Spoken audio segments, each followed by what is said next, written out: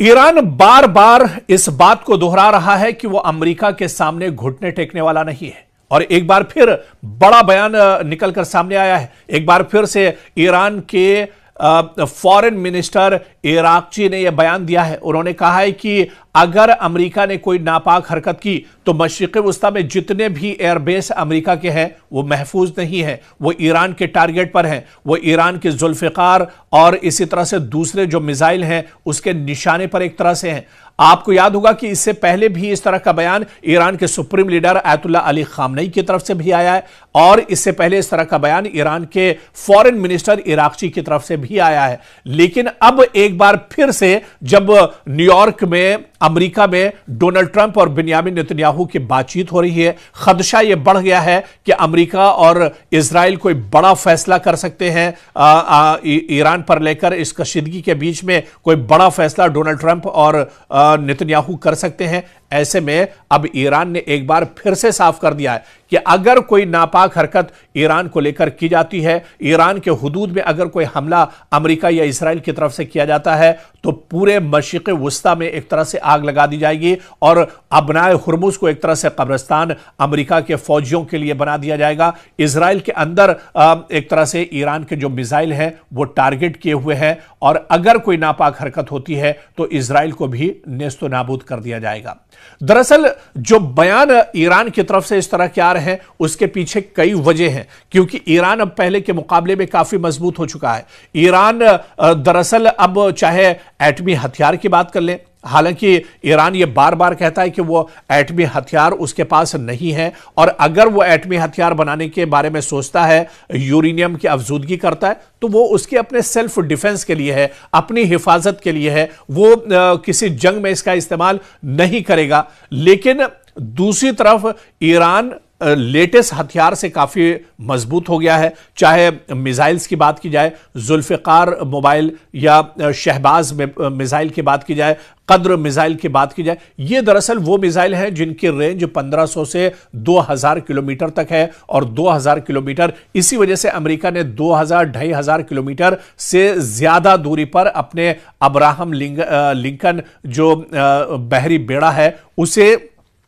इस रेंज से दरअसल दूर रखा है। और वहीं पर सबसे बड़ा जो टेंशन है, सबसे बड़ी जो परेशानी है वो इजराइल के लिए। इजराइल ये जानता है कि अगर इस बार कोई गलती होगी तो सीधे ईरान के जो मिसाइल हैं, ईरान के जो लेटेस्ट ड्रोन है वो तल अवीव पर एक तरह से हमलावर हो सकते हैं। तो ऐसे में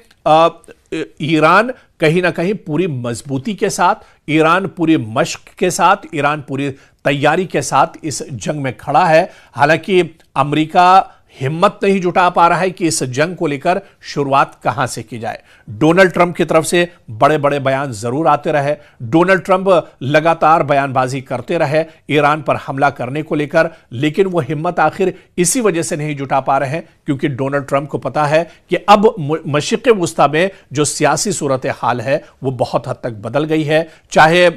जो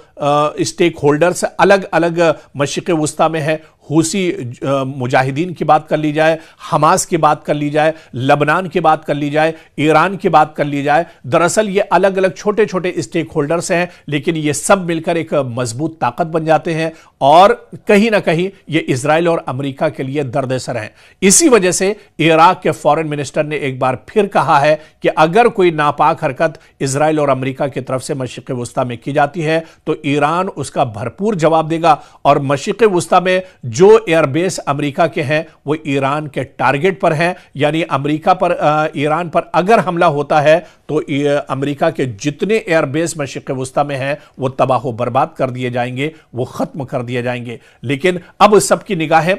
अमेरिका में होने वाली बैठक पर है, जो बैठक इस वक्त चल रही है डोनाल्ड ट्रंप और बिन्यामिन नेतन्याहू के दरमियान जो बातचीत चल रही है, पूरी दुनिया की निगाहें इस पर टिकी हुई है कि इस बातचीत के बाद क्या कुछ फैसला लेंगे डोनाल्ड ट्रंप और बिन्यामिन नेतन्याहू, क्या कुछ उनका अगला रुख होगा, यह देखना बहुत अहम होगा। ईरान बार बार इस बात को दोहरा रहा है कि वो अमेरिका के सामने घुटने टेकने वाला नहीं है और एक बार फिर बड़ा बयान निकलकर सामने आया है। एक बार फिर से ईरान के फॉरेन मिनिस्टर इराकची ने यह बयान दिया है। उन्होंने कहा है कि अगर अमेरिका ने कोई नापाक हरकत की तो मशरिक़ वस्ता में जितने भी एयरबेस अमेरिका के हैं वो महफूज नहीं है, वो ईरान के टारगेट पर हैं, वो ईरान के जुल्फ़िकार और इसी तरह से दूसरे जो मिसाइल हैं उसके निशाने पर एक तरह से हैं। आपको याद होगा कि इससे पहले भी इस तरह का बयान ईरान के supreme leader ayatollah Ali Khamenei की तरफ से भी आया है, और इससे पहले इस तरह का बयान ईरान के फॉरेन मिनिस्टर इराक्ची की तरफ से भी आया है।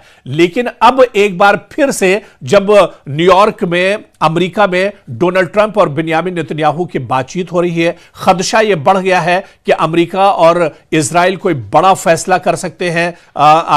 ईरान पर लेकर। इस कशीदगी के बीच में कोई बड़ा फैसला डोनाल्ड ट्रंप और नेतन्याहू कर सकते हैं। ऐसे में अब ईरान ने एक बार फिर से साफ कर दिया है कि अगर कोई नापाक हरकत ईरान को लेकर की जाती है, ईरान के हुदूद में अगर कोई हमला अमेरिका या इजराइल की तरफ से किया जाता है तो पूरे मशरिक़ वस्ता में एक तरह से आग लगा दी जाएगी और अबनाए हुर्मुज़ को एक तरह से कब्रिस्तान अमेरिका के फौजियों के लिए बना दिया जाएगा। इजराइल के अंदर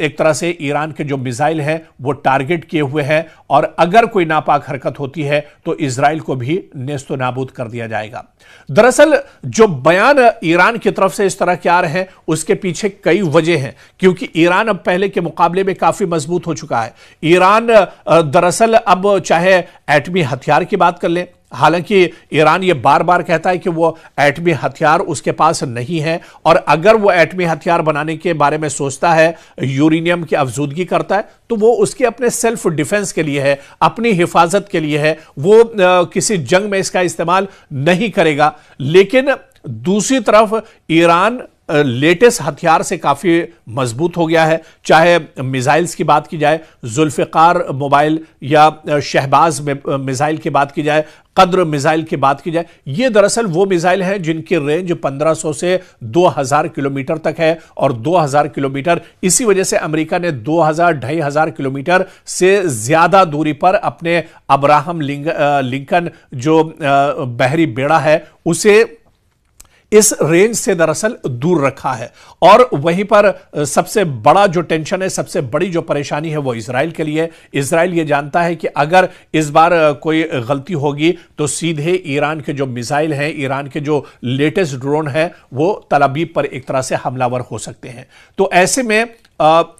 ईरान कहीं ना कहीं पूरी मजबूती के साथ, ईरान पूरी मश्क के साथ, ईरान पूरी तैयारी के साथ इस जंग में खड़ा है। हालांकि अमेरिका हिम्मत नहीं जुटा पा रहा है कि इस जंग को लेकर शुरुआत कहां से की जाए। डोनाल्ड ट्रंप की तरफ से बड़े बड़े बयान जरूर आते रहे, डोनाल्ड ट्रंप लगातार बयानबाजी करते रहे ईरान पर हमला करने को लेकर, लेकिन वो हिम्मत आखिर इसी वजह से नहीं जुटा पा रहे हैं क्योंकि डोनाल्ड ट्रंप को पता है कि अब मशरिक़ वस्ता में जो सियासी सूरत हाल है वो बहुत हद तक बदल गई है। चाहे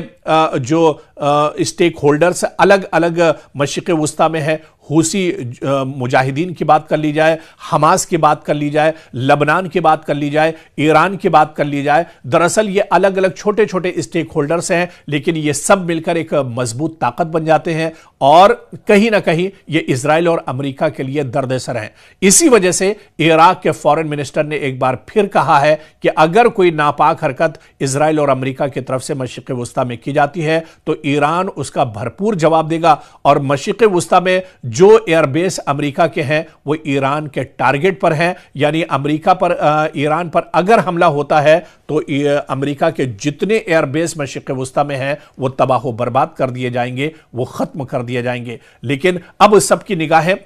अमेरिका में होने वाली बैठक पर है, जो बैठक इस वक्त चल रही है डोनाल्ड ट्रंप और बिन्यामिन नेतन्याहू के दरमियान जो बातचीत चल रही है, पूरी दुनिया की निगाहें इस पर टिकी हुई है कि इस बातचीत के बाद क्या कुछ फैसला लेंगे डोनाल्ड ट्रंप और बिन्यामिन नेतन्याहू, क्या कुछ उनका अगला रुख होगा, यह देखना बहुत अहम होगा।